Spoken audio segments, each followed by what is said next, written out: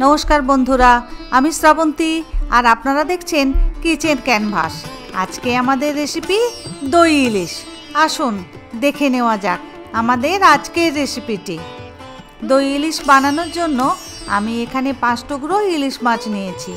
एबारे इलिश माछेर ओपरे आमी छड़िए दिচ্ছি 1 चामच नुन, हाफ चामच हलुदेर गुঁড়ো और निये निচ্ছি 1 चामच सर्षेर तेल। एबारे हाथ दिए भालो करे घषे घषे এই সমস্ত উপকরণগুলি ইলিশ মাছের প্রত্যেকটা পিসের দুপিটেই ভালোভাবে লাগিয়ে নিচ্ছি। আজকের ভিডিওটি যদি আপনাদের ভালো লেগে থাকে প্লিজ একটা লাইক করবেন এবং একটি কমেন্ট করে আমাকে জানাবেন কেমন লেগেছে। আর নতুন বন্ধুরা প্লিজ সাবস্ক্রাইব করে পাশে থাকুন। আচ্ছা দেখুন আমি মাছের প্রত্যেকটা পিসের ওপরেই নুন হলুদ সব কিছু ভালোভাবে মাখিয়ে নিচ্ছি। এরপরে এই মাছের টুকরোগুলোকে আমি অন্ততপক্ষে 10 মিনিট ম্যারিনেশনের জন্য রেখে দিচ্ছি। এরপর একটা বাটিতে আমি নিয়ে নিচ্ছি 2 চামচ হলুদ সরষে, 1 চামচ কালো সরষে আর দিয়ে দিচ্ছি 1 চামচ পোস্ত। আমি এখানে ঝালের জন্য নিয়েছি কাঁচা লঙ্কা 5টা। আপনারা আরও বেশি পরিমাণ বা কম পরিমাণ নিতে পারেন, সেটা আপনাদের যতটা ঝাল পছন্দ সেই অনুযায়ী আপনারা নেবেন। এরপর আমি জল মিশিয়ে দিলাম। এই মিশ্রণটাকে আমি একটু ভিজতে দেব। এরপরে আরও একটা বাটি নিয়ে নিয়েছি, তাতে নিয়ে নিচ্ছি 1 কাপ মতো টক দই। এই টক দইটাকে আমি একটা চামচের সাহায্যে খুব ভালোভাবে ফেটিয়ে নিলাম। এবারে একটা মিক্সার গ্রাইন্ডার জারে আমি নিয়ে নিয়েছি সর্ষে পোস্তর মিশ্রণটা। এবার এটাকে খুব ভালো করে বেটে নেব যাতে সর্ষেটা তেতো না হয়ে যায়, সেই কারণে আমি এতে দিয়ে দিচ্ছি 2 কুচি বরফ আর মিশিয়ে দিচ্ছি কিছুটা সর্ষের তেল আর অল্প একটু নুন। দেখুন আমার সর্ষে পোস্তর মিশ্রণ রেডি। এরপরে আমি ওই টক দইয়ের বাটিতে টক দইয়ের সঙ্গে এই সর্ষে পোস্তর মিশ্রণটা মিশিয়ে দিচ্ছি।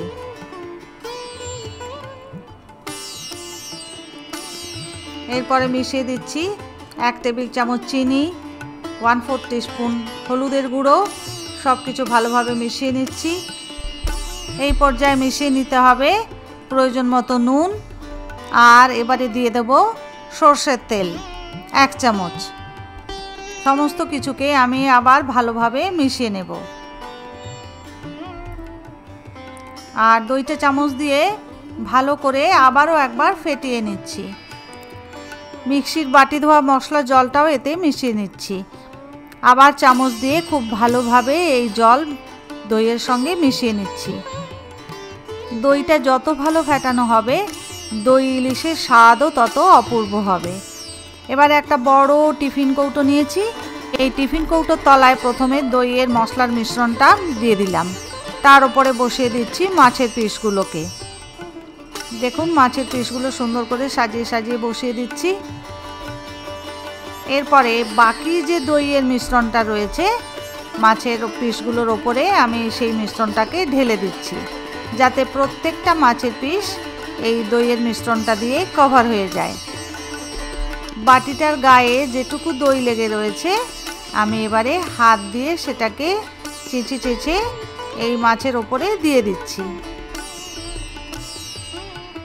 এইভাবে দই ইলিশ বানিয়ে দেখবেন এর স্বাদ হয় অপূর্ব আর গরম ভাতের সঙ্গে জাস্ট ফাটাফাটি। সবাই একবার বানিয়ে দেখবেন। এবারে আমি কয়েকটা কাঁচা লঙ্কা চিড়ে রেখেছি, প্রত্যেকটা মাছের ওপরে আমি এবারে এই কাঁচা লঙ্কা চিড়াটা দিয়ে দিচ্ছি।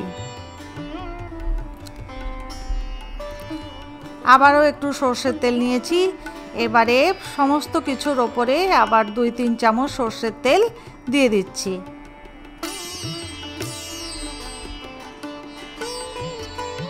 এবারে ঢাকনা লাগিয়ে দিলাম। এবারে চলে এলাম গ্যাসের কাছে। একটা কড়াই বসিয়ে দিয়েছি, কড়াইয়ে বেশ কিছুটা জল নিয়ে একটা স্ট্যান্ড বসিয়ে দিয়েছি আর এই স্ট্যান্ডের ওপরে বসিয়ে দিলাম টিফিন কৌটো। আচ্ছা জলের পরিমাণটা এখানে এমনভাবে নেবেন যেন টিফিন কৌটোর অন্তত তলার কিছুটা অংশ ডুবে থাকে। আর রান্না করে নেব অন্তত 20 থেকে 25 মিনিট। 25 মিনিট বাদে ফিরে এলাম।